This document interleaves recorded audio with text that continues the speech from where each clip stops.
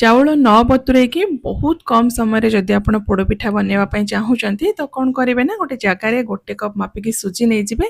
से गोटे कप माने सेम परिमाण रे रेडीमेड चाउल चूना ऐड करेंगे तापर 5 कप मापिकी सेम कप रे पानी ऐड करेंगे मिठा पई 2 कप आमे से गुड़ ऐड करबा जेतिकी मिठा आपन को पसंद आपन को हिसाब रे कम बेसी करि परिबे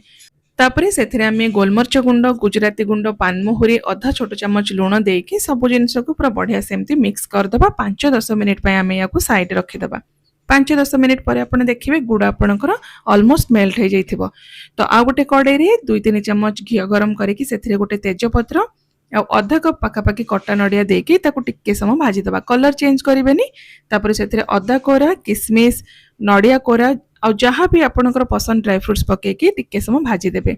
तापरे गैस रो फ्लेम पूरा स्लो करके जो बैटर आमे बनैथिले ताकू गोटे हाथ रे पकेकी आ गोटे हाथ रे कंटिन्यू एम्ति मिक्स करिवे 4-5 मिनिट मीडियम फ्लेम रे कुक कर सारला परे आपनकर जंतुनी पूरा रेडी हे जिवो नेक्स्ट गोटे कड़ाई रे अल्प टिके घी लगे दबा ता ऊपर एम्ति गोटे बटर पेपर रखि देबे आ जो जंतुनी आमे बनैथिले से जंतुनी को देकी अगेन ता ऊपर आ गोटे 2 चम्मच घी देकी भलो भाबरे सेट कर दबा तापरे गैस रो फ्लेम को पूरा स्लो करके ताकू कवर कर दबा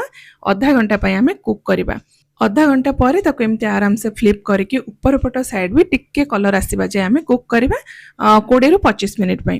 तो ठंडा हे साला पर ताको काटी के आपण सर्व करि परिबे बहुत इजी रेसिपी आ पूरा डिटेल्स रे YouTube चैनल रे अपलोड हे सारे छी आपण डायरेक्ट चैनल को जाय कि सेठी पूरा रेसिपी चेक करि परिबे।